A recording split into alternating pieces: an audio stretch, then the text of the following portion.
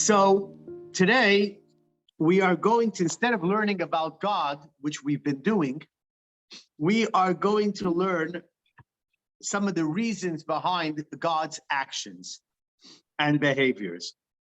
So what are we going to be learning today? Why did God create us? Does he need us? And by the way, this question is a catch-22 question. When we ask, what is the purpose in God making us, and does God need us? Now, if I ask you, why would it be preferable for God to need us? Now, the answer could be that it's not preferable. That's fine. But why do you think it would be preferable for God needing us? Somebody suggested that it's preferable for God to need us. Again, this is if you're of the opinion that it's preferable for God to need us, that God can't do everything himself. But that's only a response to why it's beneficial to God, not to us. My question is, why is it preferable to God needing us from our perspective? A general question. Is it preferable? You guys are the philosophers. Is it preferable for us? Is it preferable in general for God to need us? There's only two options. God created us and he doesn't need us. Then you have to ask the question, so why did he create us? But there's only two options. Either God created us and needed us, or God created us and doesn't need us. I'm asking, if we go with the notion that God needs us, what would you be able to ascertain from that? So many of you said, well, if God needs us, then obviously he needs us because he can't do certain things for himself. I said, good, fine, I've heard you, thank you. I'm asking, if I take on the assumption that it's preferable that God needs us, to what advantage, in other words, what benefit would we have from believing that as human beings? Because it means because it gives us purpose. Okay, it makes us purposeful. Now, why would it be preferable for God not to need us? If God doesn't need us, well, then it makes our assumption that God is omnipotent and doesn't need anything or anyone a little bit more easier to sit with, especially in our description. Correct. So the same way that I asked you in case number one, to let's look from both sides, what would be the philosophically, what would be the benefit that it's preferable for God not to need us? Maybe the same person who said it's preferable for God to need us because that gives us purpose and meaning, maybe he can offer a suggestion. What benefit would there be if God actually does not need us? Oh, it's the exact opposite. Then we don't have purpose, but then we're not responsible for anything. I'm Machaya. Great. In other words, there is something to be said for us not really being needed, and therefore we're really not important. And if we're not important, we're not purposeful, and therefore, no, let's close the books on the JLI course and let's go partying. So that's exactly what it is. If we are, the advantage of God needing us is that it means we objectively matter.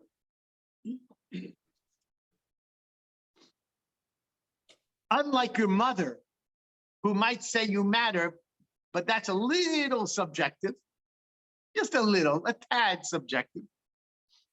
And the advantage of God not needing us is that he's perfect. He already has everything. And it makes him a perfect God. But it would be nicer to know that God needs us. But that's the catch-22.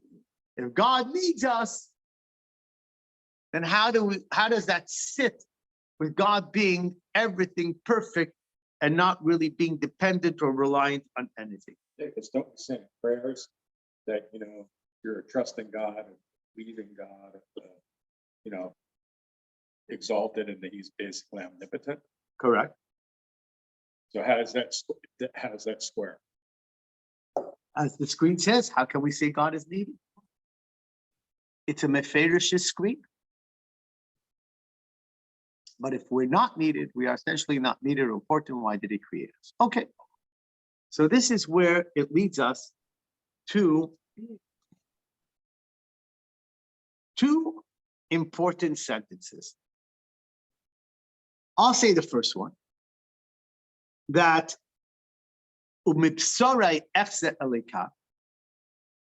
if God was perfect before creation in his infinite perfection,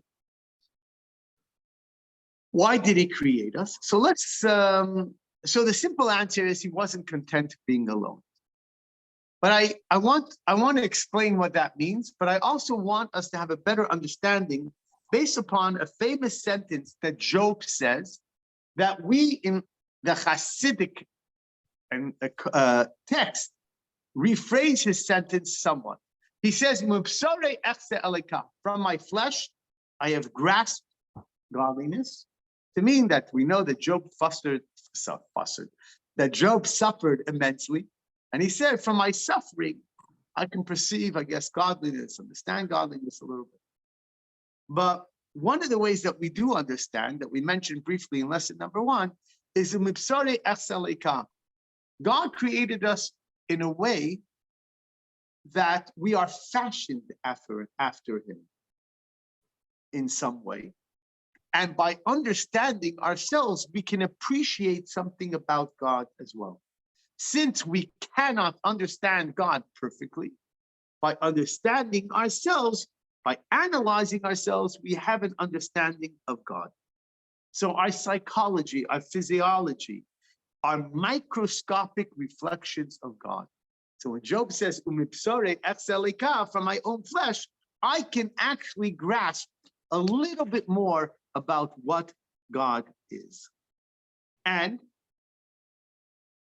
we are going to understand God a little bit more by understanding ourselves. Okay. If you take a look at text number 2, this is from a non-Jewish source. They write that what we found is that marriage, whatever is social, its social, spiritual, or symbolic appeal, is in purely practical terms just not as necessary as it used to be. Neither men nor women need to be married to have sex, companionship, or professional success, or respect, or in today, of course, even children. Yet marriage remains revered and still desired. If marriage is no longer obligatory, or even in certain cases helpful, what is it for? As Groucho Marx would say, marriage is a wonderful institution, but who wants to live in an institution? So the question is, I don't even know what that means. And the question becomes is, why do we have marriage? And if you study anthropology and all that good things, they would say, listen, if you know how marriage started and so on and so forth, it was a way of protection.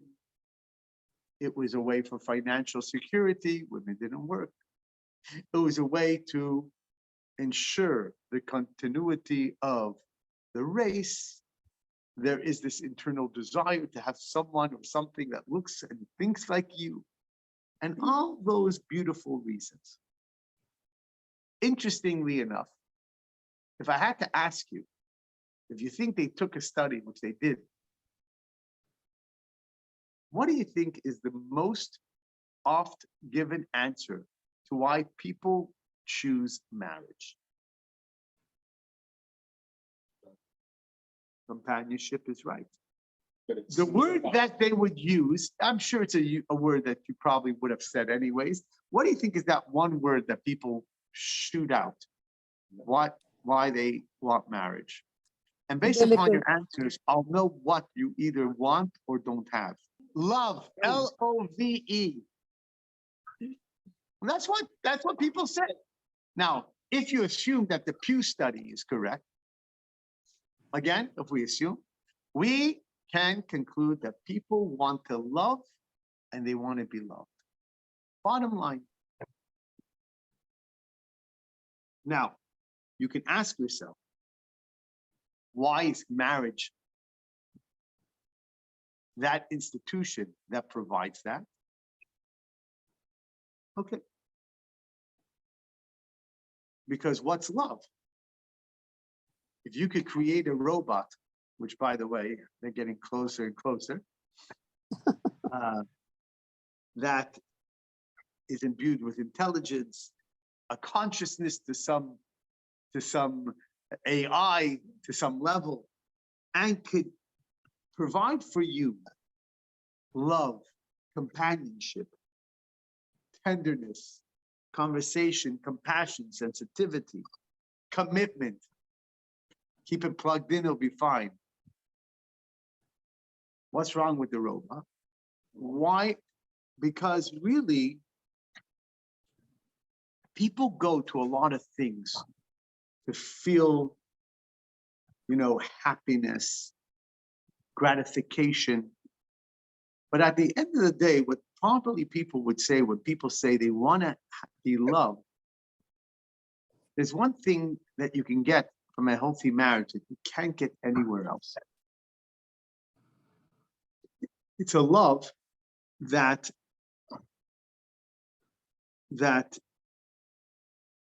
fulfills this need that we want to be chosen to be loved by someone else. Anything else that you orchestrate or figure out is you manufacturing something that will love you. But when you find a partner that is choosing to love you and eventually to love you with all these shortcomings and to be embraced by another, that's that desire that provides the commitment of marriage. So you would imagine that if somebody marries somebody to amplify their own self-love, that would not be a good marriage. But when we marry to love somebody else unconditionally, and in return we get the same love back from them, that's enough for two people to really join together. Because as we've spoken in other classes many times, marriage doesn't make so much sense. Two people have their own tendencies, their own habits, their own quirks, to all of a sudden say, I'm going to spend the rest of my life with you. Some actually would say that it was never meant to be that way. But in Judaism, we have this need to find somebody that we can choose to love, and by reciprocation, they will go ahead and choose to love us. That's what it's about. Now, where did this desire come from? By the way, the animal kingdom doesn't have such a desire. The animal kingdom gets together for some of the reasons that we talked about. Food, workers, protection, procreation, satisfaction. Where do we get this idea, which doesn't exist in any other species, of long-term marriages? So I told you, that when we say that within ourselves we can perceive godliness, why? Because we are a reflection of that. This all began with God himself. How do we know that? So I'll explain 3b, that when God is alone, what does that mean? You see, there's a God before the world was created, and that God doesn't need anyone. In fact, God in that state doesn't allow for another creation. God in his full glory, unclothed, unveiled, it's like this overpowering figure that everything would simply become a part of God. And so we know that if God doesn't conceal the powerfulness, the overbearingness of the reality known as God, nothing could exist because there's really no true existence. So what does God do? God starts to veil his presence. And the more that we veil, no different than if some teacher would be throwing out a wisdom, a concept in full glory of how he understands it, the 12-year-old students would never understand. So he begins to clothe it in parables and analogies. God has to literally veil his presence for something to say, wow, I can exist. I do exist. So when God found himself alone, when God found himself all of a sudden where there was creations, God said, at this state, I'm not content to be alone.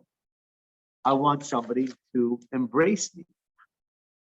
So, well, you could say there are other creations like angels, but angels are just like robots.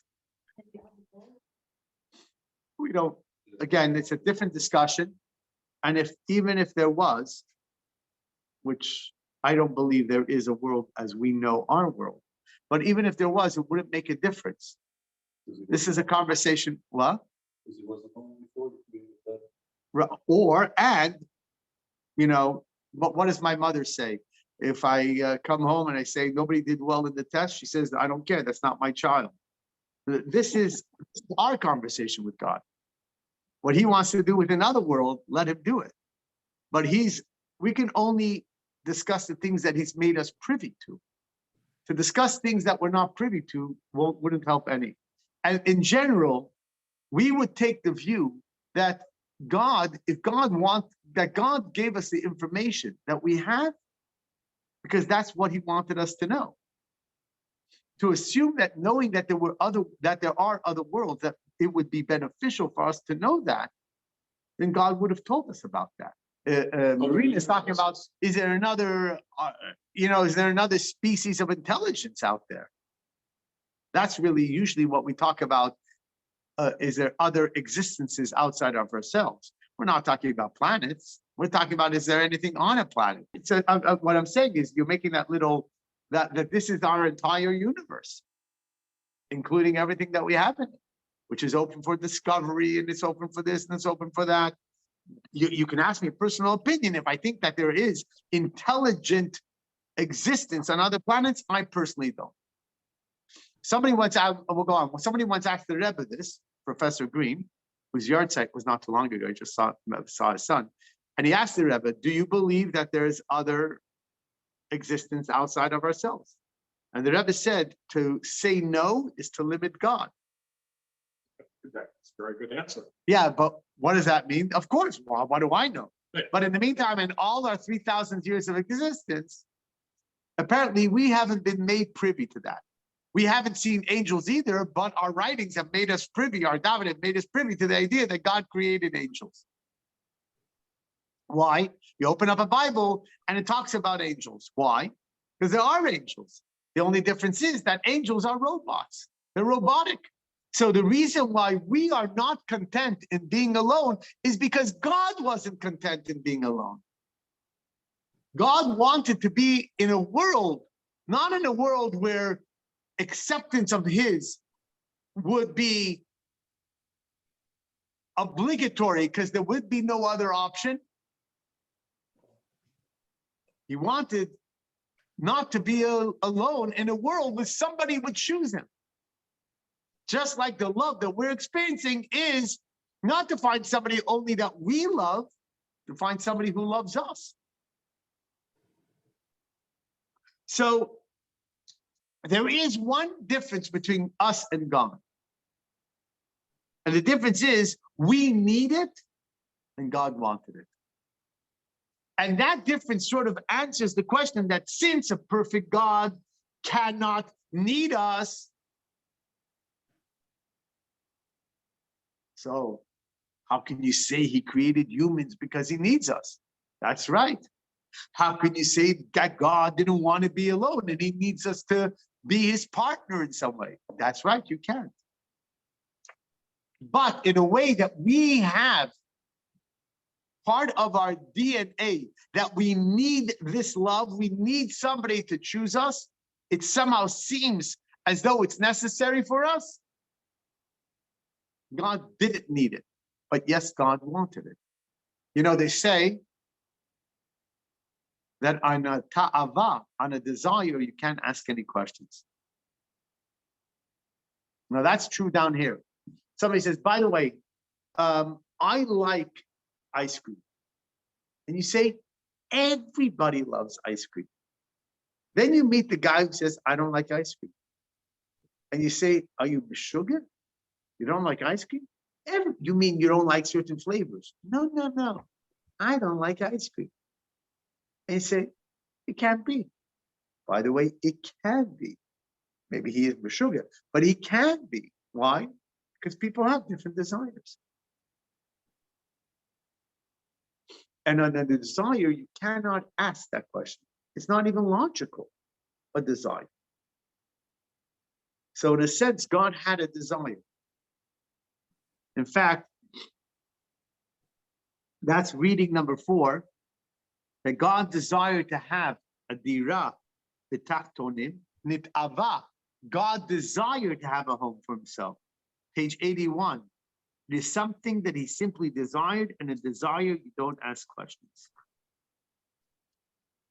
So when the Torah says it is not good for man to be alone,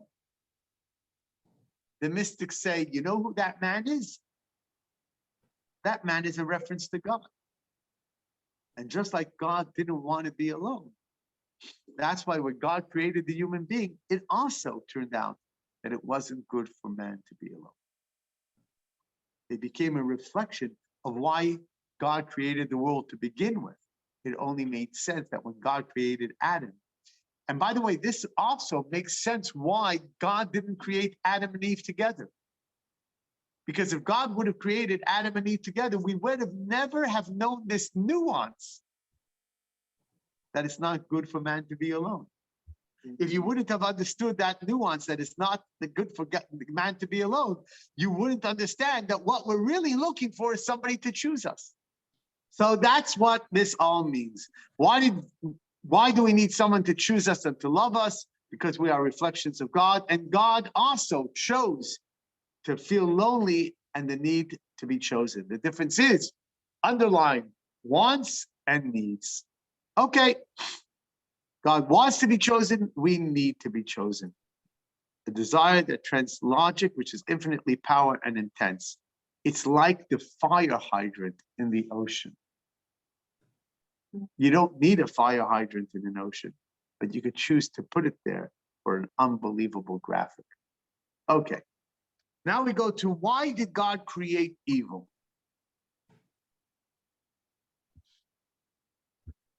It's a good question, right? Did he create evil? Okay, let's go. Okay, let's unpack it a little bit. It says that, and you have it in your text number 5a, that we should be v'halachta bidrachav. Moshe tells the Jewish people, go in God's ways, walk in God's ways. If you observe God's commandments, then everything will be good. The sages say, what does it mean to walk in God's ways? What does it mean? So Maimonides writes in his book of mitzvot that God is good. To walk in his ways means that we should be good. God is benevolent. You know what? We should be benevolent. God is compassionate. We should be compassionate. The question is, if God wants us to be compassionate and God wants us to be good, and God really wants us to be benevolent, why did he create a world that is rife with evil? Okay, I like that. Okay, I can live with that.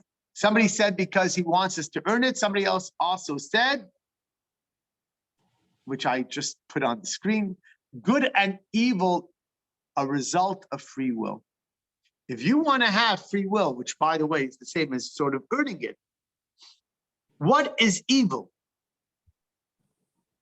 Now it's interesting that Maimonides says, I told you that there's only one species that desires to be married. Well, guess what? There's one species that also has the ability to be evil. Yep, us. Rambam correlates good and evil with free will and the ability to choose. So evil without free will, we wouldn't have this ability. Just like the animal kingdom doesn't have free will. I'll give you a very cute example. What happens if one of us chooses to sleep 18 hours a day? You might take the liberty and say that they're a lazy bum. Correct? Now, what would happen if you had the opportunity to observe a sloth? Would you deride the sloth and say, you lazy bum? No, you'd be ridiculous. Remember when, what was the name of the magicians that had that lion that did something? Tigers? No, Fritz. They had a Vegas show, right? From Vienna or something. And one time he really hurt one of the two magicians. Now you wonder, what the heck happened to the lion? You say, what happened to the lion? Nothing happened with the lion. The lion was a lion. That's what lions do.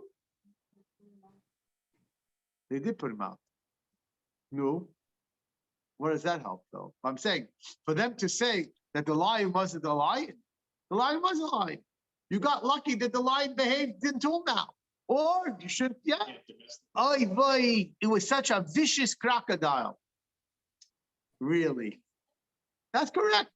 It's not. But when a person goes ahead and behaves in a vicious way, we call them vicious. Why? Since these animals, as you just said, are compelled to act in congruence with their nature, you would never say something that's demeaning to them, because that's who they are. But when it comes to the human being, since we have the ability to choose what we are going to be, or rather how we're going to be act, there are times that we can be called by certain names, even if we're termed to behaving immoral, because we have the ability to behave differently. Now, the good thing is we have a flip side. And the flip side is that if we can behave immorally, we also have the ability to behave morally. Which means, as your husband said, the only way that we can be credited for behaving in a kind and moral fashion is precisely because we have the choice to behave in the opposite manner. So freedom of choice only exists when you have good and when you have evil. So why does God allow evil? On a basic level, it's because God really desires goodness. And goodness is only possible when there's the opposite course of action that's a viable option. The option for evil exists only to provide the opportunity to choose goodness. That's the way it is. So, to summarize, good and evil result of free will is exclusive to human rights. Other creations behave exactly as they're meant, acting as they must. They're never doing anything wrong. But humans' responsibility to choose. If it choose incorrectly, it's a moral failing. God desires goodness. Goodness is only possible when the opposite is an option. So evil must exist. Does evil exist, or the possibility to do evil exists? So I'd like to answer this in two ways, with two different things, and then maybe see if it answers the question. You know, we have something called Satan in our religion. He doesn't go with a pitchfork because he's Jewish, so he goes with a toothpick. It's hairy. Just pokes your eye out with a toothpick, with the schmaltz herring still in it. No, he doesn't go around with it, and he's not Jewish. It's a malach. Anyways, so it says that really, what's interesting, one of the differences between Judaism and Christianity is that Satan is really like this evil angel. But in Judaism, he's an angel. And an angel can't do anything that God doesn't want him to do. If that's the case, he's no different than Malach Refael, than the angel of healing. He's not inherently bad. He's just doing God's will. Point number one.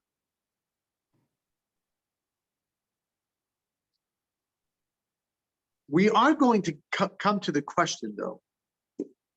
I understand that evil exists so that we can get the credit for and for goodness to exist. But why do bad things happen, let's say? We can ask that question, but we'll get to that.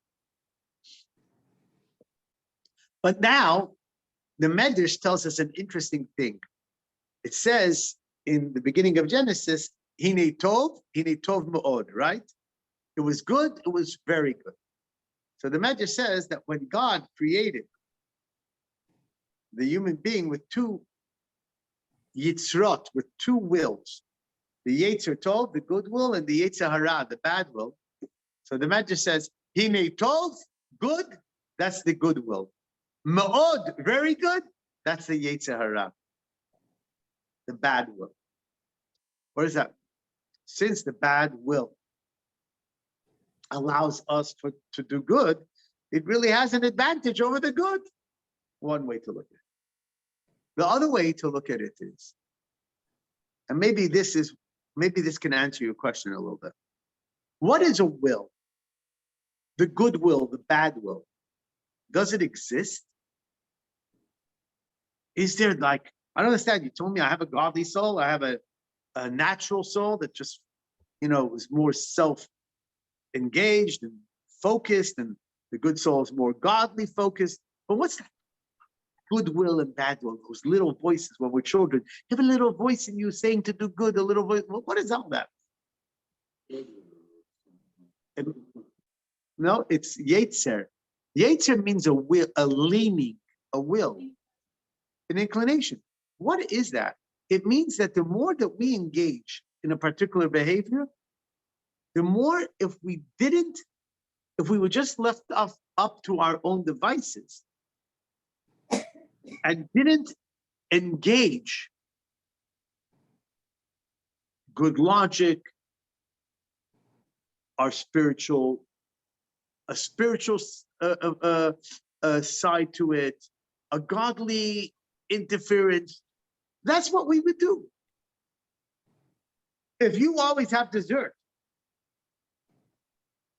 and you just started dieting, and then you go, oh, I just started my diet yesterday, I can't have.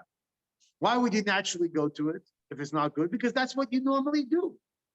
The Yetzer Hara is the inclination towards bad because the possibility for that always existed, but you nurtured it. Nobody else nurtured it. It isn't like this little voice from you created that little voice. It's the little go-to voice because it's been the one that you've been going to for the last who knows what. You now need to go to another voice until that becomes very natural to you. It becomes your Yetzer. It becomes your inclination. Why You're wired to be able to do both. So interestingly enough, when he asks, is it evil? The truth is, it's not evil, because then it would be there. If you have the possibility not to do it, then it really has the possibility not to exist at all. In other words, if there was never a murder ever in the world, ever in the history of the world, would we say, does murder exist? We would say it doesn't exist. But it really can exist. Yes, it can exist. So is murder real? It's not real in a world that it doesn't exist. So it's a very interesting question. It's almost like you can say, really, evil, there's a possibility for evil, but actually, in a sense, we have the ability to eradicate evil. Well, Now, if evil had, hold on to that, if evil was a true existence, you can never eradicate it. According to the Torah, you can't eradicate goodness because goodness exists. Can we question God? You know, by the way, can anybody think from the Torah, do we have any good find examples of anybody questioning God? Moses questions God. So a very simple answer to this question is, if we question God, which by the way, the answer is we can, but does our questioning of God show a lapse of faith? Right. So when we question God, if we're allowed to question God, and Moses, somebody mentioned Moses, in the reading on page 86, Moses does say, please, God, I want to understand your ways. And God says that you cannot see my face, but you will see, you'll see the back of my head. So what does that mean? You'll see the back of my head. That not everything is clear, correct. So Rav Moshe Sofer, known as the Chafetz Chaim, since people are saying from Zoom, I'll read. In page 87, 8b, we often wonder, why did God do this? But sometimes when we look back after enough time, we can discern the purpose of God set in motion. For example, the miracle of Purim, the killing of Vashti, the abduction of Esther, that prepared for the Jewish people's salvation. Yet until Achashverosh issued his final decree, we had no way of knowing this. We could only believe without a doubt that nothing God does is senseless. It's only from our perspective that the reason is unknown and mysterious. This faith is beneficial because God rewards our belief. So when God tells Moshe, you will see my back, after an event leads to its purpose, you will be able to see and understand what I did and why. But my face you shall not see. You will be unable to discern my purpose before it is complete. So as we say 2020, hindsight is 2020, as this next beautiful graphic shows. Are we this or are we this? Now, obviously, if you could see things from that perspective, things are always going to look a little different. So, there was a guy that shot arrows. I guess that's why they're using this graphic. There's a famous fable that saw somebody always, no matter what, he always had the arrow in the center. He said, how is it possible? He says he always draws the center after he throws the arrow. So sometimes we understand, and sometimes we never get to understand. Now, if we say hindsight is 2020, oh, great. Yeah, now I know the story of Purim. So I could say that. But there's plenty of stuff that we don't understand. And I guess his point is that really, you're right. Because sometimes a story is just the story of Purim. But sometimes the story is from the beginning of creation to the end of creation. Sometimes the stories are just a lot longer, you know?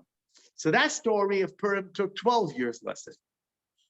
We certainly don't see the story of the Holocaust unfolding, and we may never until the very end.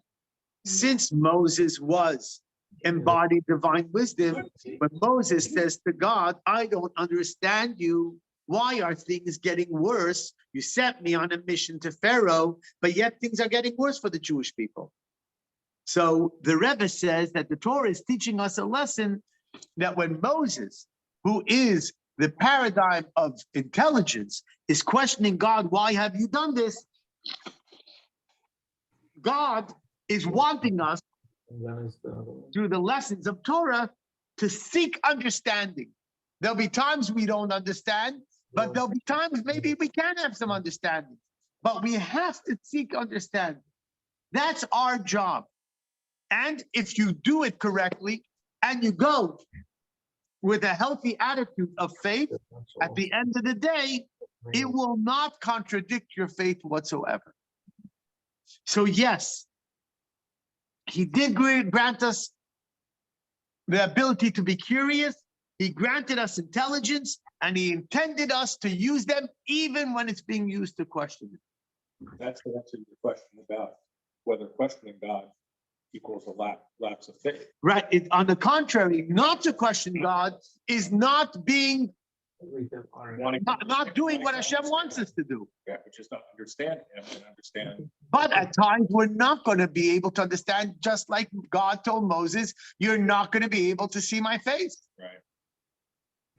So it's appropriate to be paid, and it's appropriate to ask why.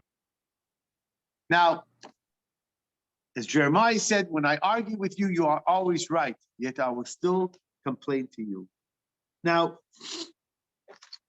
the question really becomes now that since we're allowed to question God, although we don't understand, and God has Well,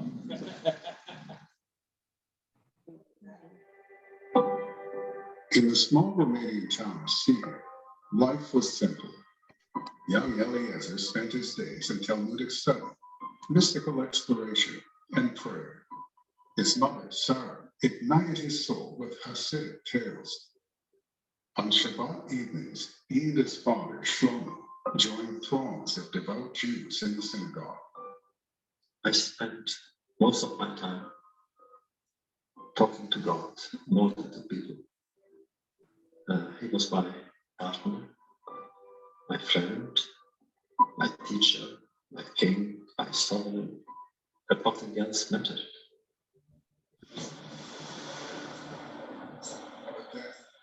Darkness.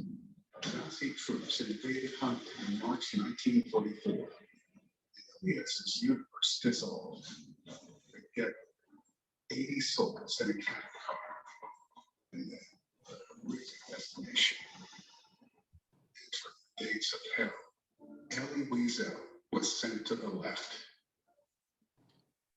Never shall I forget that night, the first night in camp that turned my life into one long night. Never shall I forget the small faces of the children whose bodies and soldiers fallen into smoke under the silent sky. Never shall I forget those flames that consumed my faith forever. Those moments that murdered me out in my soul and turned my dreams to ashes. Never. From Auschwitz to another hell, Buchenwald. It was not until a year later, in April 1945, that the United States Third Army arrived at the gates of Buchenwald. A young Jewish boy from a small town in the Carpathian Mountains of God, in a place of eternal infamy called Buchenwald. He was finally free, but there was no joy in his heart. He thought there never would be again. After the war, Elie Wiesel traveled to Paris to study literature, philosophy, and psychology at the Sorbonne. At the age of 19, he took up journalism, working as an international correspondent for an Israeli newspaper, Yediot Ahronot. Esau immigrated to New York in 1955 and wrote for a Yiddish paper. His initial Holocaust memoir, Night, was published in France in 1958. But his anguish demanded to know what had become his God, hung over him like an ominous cloud. French author François Maria testified that in Mazel's eyes, he observed the death of God in the soul of a child. Meanwhile, in nearby Brooklyn, Rabbi Menachem Mendel Schneerson, who suffered tragic loss as a result of the Holocaust, had assumed leadership of the Chabad movement and was rebuilding the world. Yiddish journalist Gershon Jacobson urged Wiesel to visit the new Rebbe, and so the stage was set for an encounter and relationship that would reverberate throughout Wiesel's life, altering the barren landscape of his soul. I saw that I made work. It was enough. I saw. And I realized that all the sound of the world, all the pain of the world, all the usually saw the world, all the stress, and people. I saw it was possible, as I think. In the early 1960s, Wiesel scheduled a yachidus, a personal audience with the Rebbe. He arrived with questions, accusations, anger, and sadness. Rebbe, I asked, how can you believe in God after Auschwitz? He looked at me in silence for a long moment, his hands resting on the table. Then he replied in a soft, barely audible voice, how can you not believe in God after Auschwitz? Hadn't man abdicated his privileges and duties? Apart from God, what was there in a world darkened by Auschwitz? I tried to smile, but failed. Reflecting later in life, Ellie wrote, that was a turning point in my writing, that simple dialogue. The dialogue continued for years. Wiesel's anger smothered his belief. How could faith's flame survive the smoke of Auschwitz? But the Rebbe saw no contradiction. He viewed Wiesel's anguished questions as expressions of faith. In a remarkable April 1965 letter to Wiesel, the Rebbe articulated his proposed prosecution of God. The complaint, shall not the judge of all the earth do justice, can be authentic and can have its proper force only when it breaks forth from the pain-filled heart of a deep believer. So long as the question is asked with integrity, it is logical that such a deep feeling can come only from the conviction that true justice stems from something higher than both human intellect and human feeling. But after the initial tempestuous assault, he has to realize that the entire approach on which the question is based, and of wishing to understand with the intellect that which is higher than the intellect, is something that cannot take place. Moreover, he must, after a rattling outrage and a thorough grieving, ultimately come to the conclusion, nevertheless, I believe ani mamen. On the contrary, even more strongly. The Rebbe insisted that a Jew can prosecute God for Auschwitz, but to do so, we must believe that God is there, and that God is inherently benevolent. In his subsequent memoir, All Rivers Run to the Sea, Wiesel restated his position on questioning God. I have never renounced my faith in God. I have risen against his justice, protested his silence, and sometimes his absence. But my anger rises up within faith and not outside it. I admit that this is hardly an original position. It is part of Jewish tradition. Abraham and Moses, Jeremiah, and Reb Levi Yitzhak of Berditchev teach us that it is permissible for man to accuse God, provided it be done in the name of faith in God. If that hurts, so be it. Sometimes we must accept the pain of faith so as not to lose it. Esau's resurrection of faith was astonishing. He had vowed in fury to never forget those flames that consumed my faith forever, those moments that murdered my God. And yet, the With sensitivity and persistence, the Rebbe taught him how to believe again and how to begin again. In letters and in person, the Rebbe gently encouraged them to settle down, marry, and begin a family. There can be no greater repudiation of Hitler, the Rebbe wrote. And in 1969, he fulfilled the Rebbe's blessing literally. I got my children the most beautiful book of flowers I've seen in my life. Probably was the best.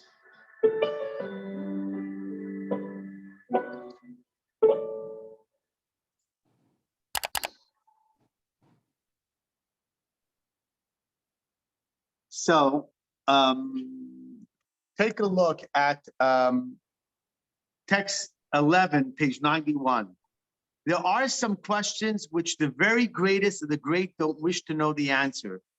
If we found an argument that satisfied us why bad things happen to good people, we would be reconciled with bad things happening to good people.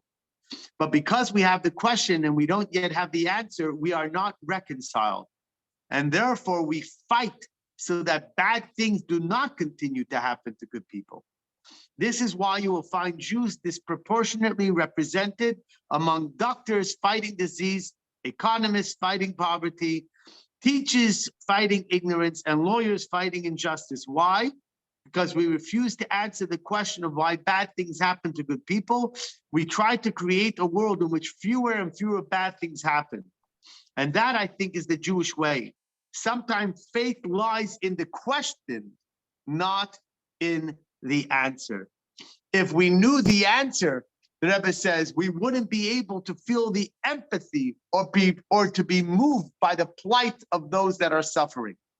So the Rebbe said, basically, who are you going to trust after the Holocaust? The human race? The human race failed. You think only the Nazis did what they did? America, read a book called The Silence of Washington. Read what was going on. The world failed us. I actually once read an article by Elie Wiesel, and Elie Wiesel said, when he was questioned, why did the Jews, why did they go to the slaughter like sheep? Why did they fight? You see pictures of only 12, 15 Nazi soldiers, monks, putting in thousands of, hundreds and hundreds of Jews into cattle carts. And he said something he wrote something very interesting. He said, why? Why didn't they fight back? What are they going to fight back for? No, it wasn't only an army. They recognized, what do you mean an army? It was the cities, the people around them that turned a blind eye. It was their neighbors that were smug and smiling. Which world? To be saved, to be run away to where? They had given up to fight. They had given up against. They gave up. They gave up on the human race. Now, do I know that? That's what he wrote, but it resonated with me. So we question, but the questions bring out. On the contrary, the questions is like the Jewish way of saying, it's our Jewish motivation, I guess. And that's what the Rebbe was saying. So when we say, don't start a family, the Rebbe says, have a family. That's what you do. You don't continue the Holocaust by not having the family. You understand the pain of loss, which hopefully will provide the impetus to do what you can to substitute that loss. Well, you're validating what the Nazis did by not having a family. I would be careful with the word validate, because I think that some people just didn't have the ability. So in other words, the funny thing about questioning God, what did Moishe do? I always tell you a story. I've told this story numerous times, that so one of the rabbis wrote a book about questions I always got, and they told the rabbi, out of frustration, I want you to put together a court, a 3 rabbinical court in the concentration camp, and we're going to judge God. We're going to have a prosecutor, a defense attorney, and at the end, they're asked to judge. And the three Rabbanim said, stop, what is this? You push it to like, you're at your wit's end. And says, judge. They said, God is guilty. I said, okay. One of the guys there says, look, the sun is setting. We should probably daven mincha. This is the Jew. The Jew can find God guilty in 1 second and then he's about to pray. So as Jews, despite everything, all our questions, our faith in God doesn't diminish, even though we can't come to terms with the pain and the suffering. We're not going to find an answer for that. But we try to do what we can to make the world better, even while we don't have the real answers to our questions. And because we don't have the answers and we cannot reconcile it, we are pushed into action. Okay. And then we come to the final question of today. Why is God described as wrathful and jealous? How can we accept a God who acts out of anger and jealousy? Oof, thank God he only got the coat. Should we be serving God out of fear? Okay. And not only that, we said, we should walk in God's ways. If God wants us to be kind, if God says, don't be jealous. You know what it says about an angry person? An angry person is like a person who serves idols. Maimonides writes that a person should do whatever it takes to stay away from anger. So if God expects us to refrain from anger and jealousy, on the other hand, you're telling us we should emulate God's ways. If God is being described as anger, as an angry God and a jealous God, no, what are we? Why not us? Context is important. Look at exercise 3.2. What's exercise 3.2? Yeah. Page 93. Guess who the following authors are of these two quotes? Where there's only a choice between cowardice and violence, I would advise violence. You want to take a guess? Is it Yasser Arafat, Winston Churchill, Gandhi, Roosevelt, or Stalin? Guess again, it was Gandhi. Really? Yeah. He wrote an essay called Doctrine of the Sword. Okay, next. The most precious of all the precious capital in the world, the most precious capital, most decisive capital is human beings. Who said that? Now you can guess. No, it was Stalin. Yeah. A bloodthirsty 30 million person killer. Yeah. So what am I telling you this for? As you can see from the screen, context is important. So everybody likes to quote all those quotes that say that God is angry and God is jealous. Trust me when I tell you that there are countless references to God in his kindness and compassion, far more throughout the Torah than any reference to God being jealous and angry and so on and so forth.